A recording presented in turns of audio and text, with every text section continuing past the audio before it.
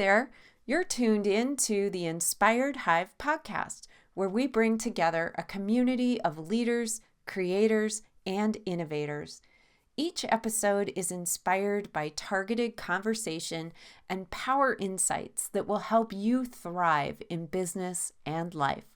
If you're ready to level up your leadership and fuel your success, you're in the right place. Let's dive in. Today, we are chatting with Yissel Espinosa Cervantes. She is a certified life and career coach and founder of Yissel LLC. Her career is spanned the technology industry, motherhood, and now coaching. And it's through navigating her career journey that Yissel has found a deeper level of fulfillment and success.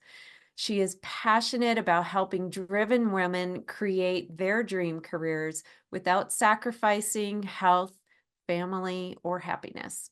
I know you'll find her a sparkling example of how you can do the same. I've connected with Yissel through working with her husband in my corporate world, and I've had the pleasure of watching her career take off over the past several years. And along with growing her coaching business, her family has grown and she's been caring for her health as well. And I've been so inspired by her calming energy and her ability to connect on so many levels. Yissel is a true example of how you can make your dreams turn into reality. Welcome. I'm so thrilled that we were able to coordinate our schedules and connect together because your story always inspires me. And I know we've had a little exchange back and forth recently, realizing we're both immigrants. Mine probably a slightly less harried story maybe than yours, but I really would love to hear where your story began. Thank you, Margot, and thank you for the opportunity of being here. And I love that you start with the immigration example because it's such a connector for so many people. Like sometimes you don't expect it, right? And for me, that was a big part of that journey. So when you said where the story begins, that's tricky, right? So I think I'll start with that actually. The day that I came to America, to the US, 11 years ago. I think that for me, that was kind of the biggest transformation in everything. I was fresh out of college, so you can imagine it was really the start, not only in a new country, but like really working and everything. So I would say that was the start. And then of course there were pivoting moments. I think it all comes back to that life-changing moment that you don't realize it. And then all of a sudden you're alone in a new country without your family. And what it's now my mom, my family-in-law, but you never know in that moment. It's so interesting that you say that because there's so many times we have these dreams, we have this journey to accomplish it, and we get there and then we realize, wow, now we're alone in this. And it's the next level up, right? The next thing. And we haven't always thought that next level before we land there. For so many people, I think a very propelling moment for looking around and realizing, oh, we've achieved this, and now what's next? And now what's next? And it's exactly what happened on the corporate career, right? Like it's you have this goal, right? You said, oh, okay, for me was coming to America was for me that first goal, right? Like leave Cuba. I'm from Cuba. So it was, I want to get into America. Then I'm here. Then the first goal of, immigrants paperworks, right? Like getting job permits. For me was even learning to drive, speaking the language, dream that, many people have, in their lives and in technology, which was my path originally. So it's every step you set this goal. Okay, it's going to be this, I'm going to get a job in corporate America, or in this case, I'm going to reach the six figures or things like that. And every time you land, which was my experience, there's a moment where it just wears off. And then you're like, now what? Which was my experience and every moment of those journeys. And then especially when I became pregnant, like for me, it was such a pivotal moment too. Like, okay, now what? Continue that corporate ladder thing, like whatever, everyone else wants me to do and follow, or what's really next for me? That's a really interesting consideration as well. And when you said what everyone else wants me to do, there's so often where our journeys are paved by what we think other people expect of us or want of us. And sometimes it's not what we think they want. They've told us that, right? It's like, here's what you're going to do, your legacy for the family. Choosing to take a different step, maybe a different direction or a slightly alternative route, it can be a challenge in not only kind of the family and those others' eyes, but kind of figuring it out what you need to do next. How did you navigate that? I think it's being comfortable on the unknown, which Mm. it's counterintuitive, right? Like we're planners. Like for me, high achievers, straight A's in school. I mean, it was different academic system, but still, like graduating with honors and everything, it was very clear that next step and that path. And I think when you get into that corporate career or entrepreneurship or whatever path you choose, Mhm. the structure is not there anymore, or it might be there, but it not might be the one you want. And for Mhm. me, especially again, that moment when I became pregnant, I was in consulting. So I was in technology and specifically in consulting. And there was this clear career path. They on that, company that they had their own, levels, and you do this and then you do that. And I had a very good, manager and mentor that was really, giving me opportunities. And there were many opportunities for me to advance my career. And I say this with giant air quotes because I couldn't find sometimes the drive or the desire to do it. And I thought it was me. There was something wrong with me. I'm given these opportunities. And at first, I was doing everything and I felt good, but it came right when I was Mhm. pregnant. It started that I just didn't have the drive anymore. I was lazy, and I'm putting this in air quotes, right? I was kind of lazy, like I don't have the energy, I'm not focusing, I'm not able to do the certification. So there was this path that it was clear by, in this case, that consulting firm, Yeah. but it didn't resonate with me. Just didn't know. So finding that path is, for me, took a lot of trial and error. And I think everyone, one way or the other, they experience that. And when you have help, when you have a coach, when you have a friend, when you ask for help, of course, is better. But I think it's just getting comfortable with that unknown and trying things. I was doing all these entrepreneurial projects on the side. So for me, it was a lot of experimentation until I found coaching. Oh, I so love that it getting comfortable with that unknown, because the known in this case, that corporate ladder that was laid out, that was right, very clear as to what the steps and goals and how you would do that. It wasn't aligned anymore with what your deeper desires were. And I think that's a challenge that so many entrepreneurs have experienced, that becomes their inspiration in terms of what that next thing might be.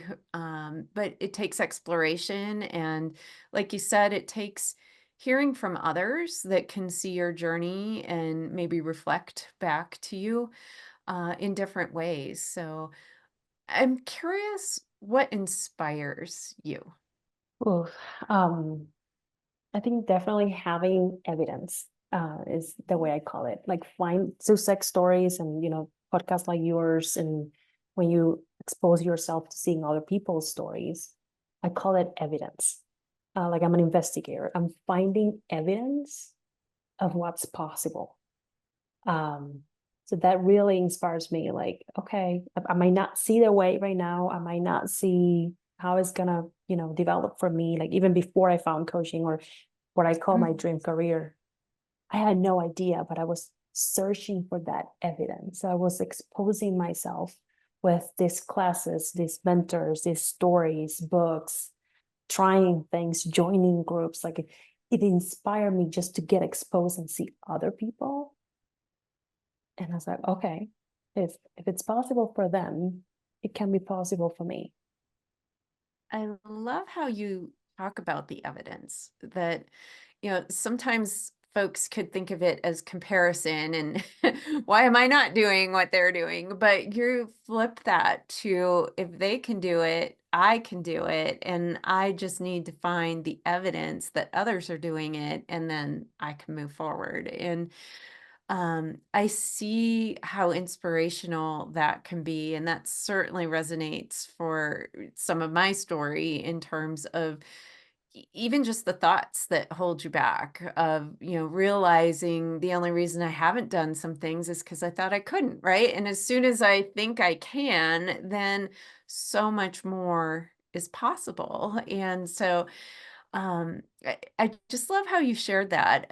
Who do you follow for that inspiration? And maybe what's the reason or what drew you to the people you're following? I think it has evolved over the years. Like I found different people at different stages. And early on the corporate, ladder thing, it was more about just, people in the corporate world, meaning I was joining meetups and finding, connecting with people on LinkedIn and just getting inspired that way.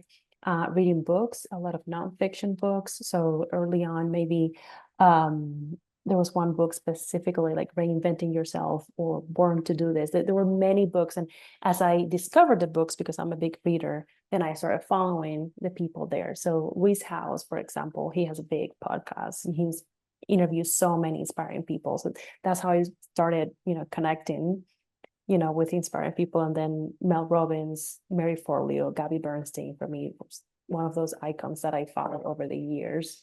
Because again, finding that evidence, I needed to find women, and I needed to find also, like in this case, Gabby, she is a mom, right? So when I started on my motherhood journey, I want to find someone that is a mom. I want to find someone. So I've been again searching on that evidence. These, reference people, these people, and your podcast now, right? Like it's that opportunity to get exposed to other stories, and then like, oh, okay, now I can follow this person. It's kind of this chain that you start with one, and then a domino that you start finding other inspiring people.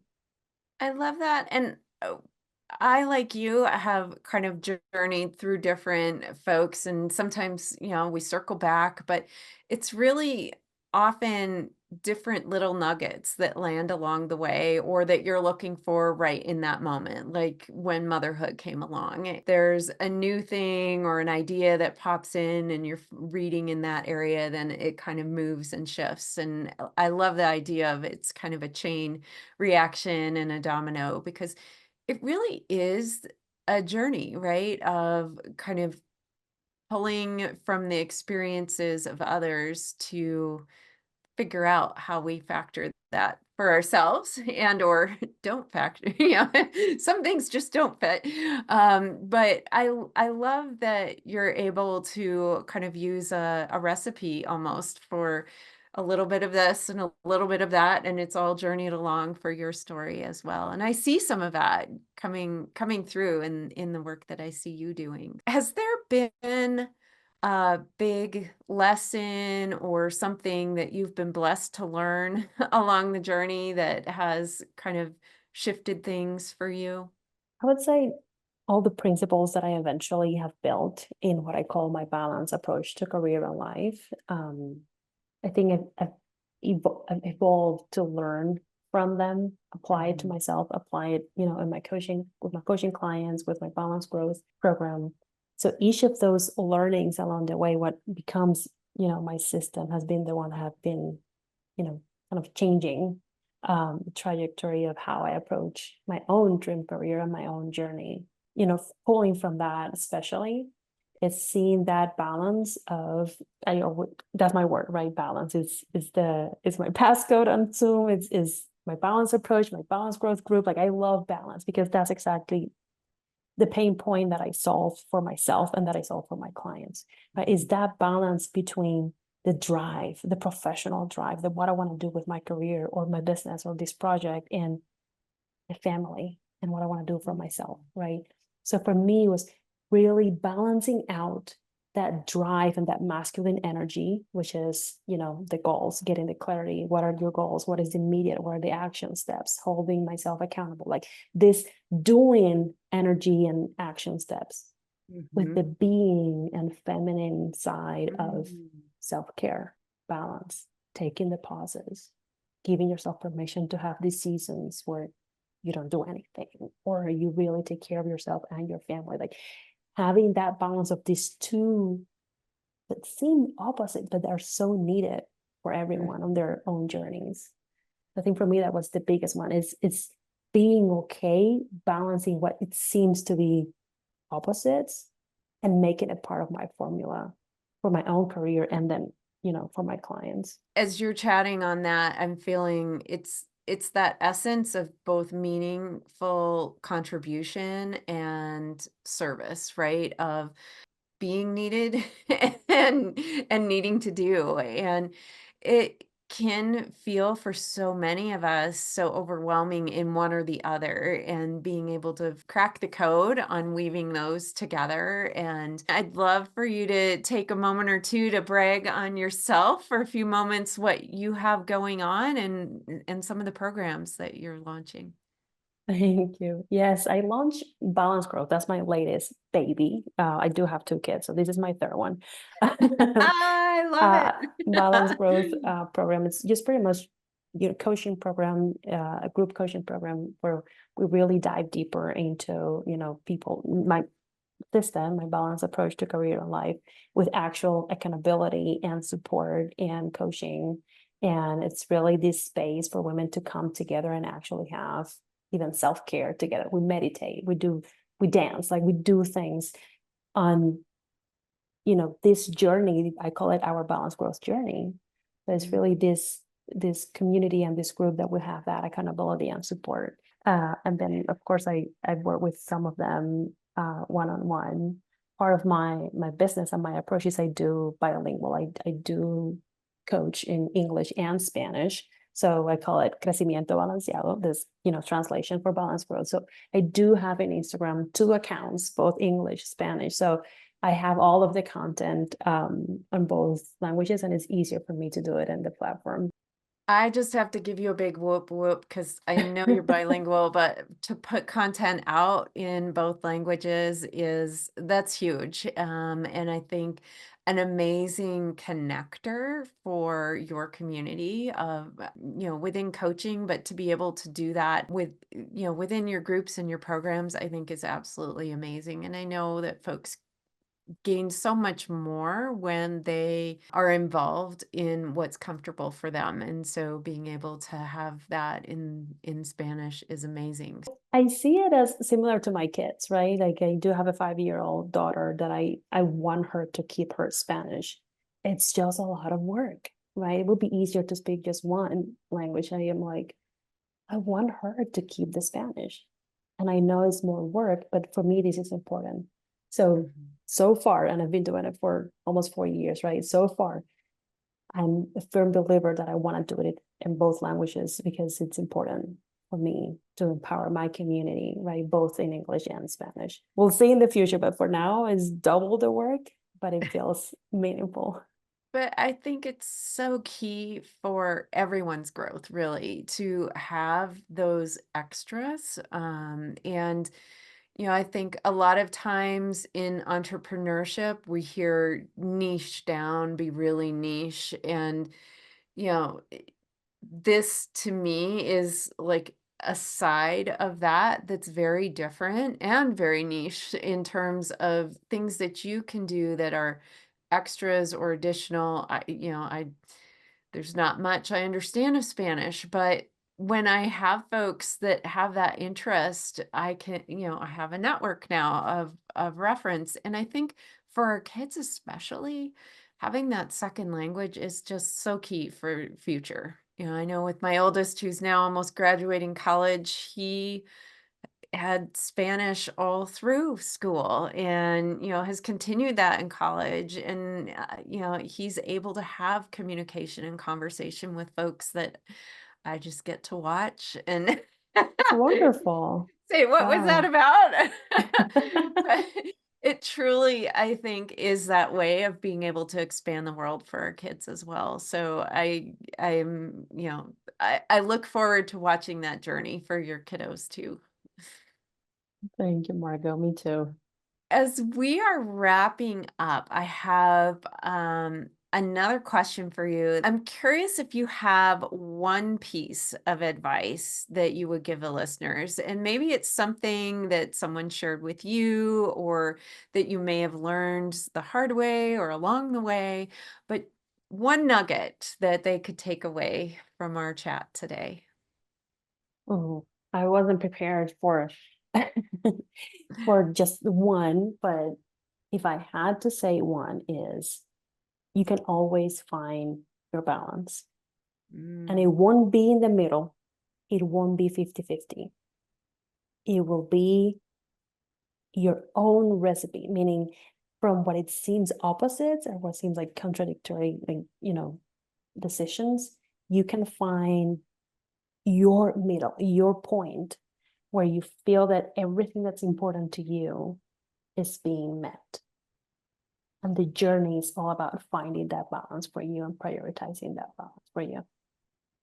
Oh, that lands so much for me. Just hearing the balance might not be in the middle. I think that right there is a huge, huge mind shift for me in thinking about what we typically think about with balance. So, thank you so much for sharing that with us. I wrap up the podcast with quotes, and I was trying to find something that would really reflect our conversation today, not knowing exactly what we were going to be chatting about. And the quote I selected today comes from Oprah Winfrey. And she said, "The biggest adventure you can take is to live the life of your dreams." And I think that really resonates with the stories of your journey and the story you've shared with us today. And I am so grateful that you were able to be here and share your journey with us. I appreciate you listening in on this episode of the Inspired Hive podcast. Be sure to follow us on social media at Inspired Hive Podcast and subscribe to stay in the loop for future episodes. Until then, keep living inspired.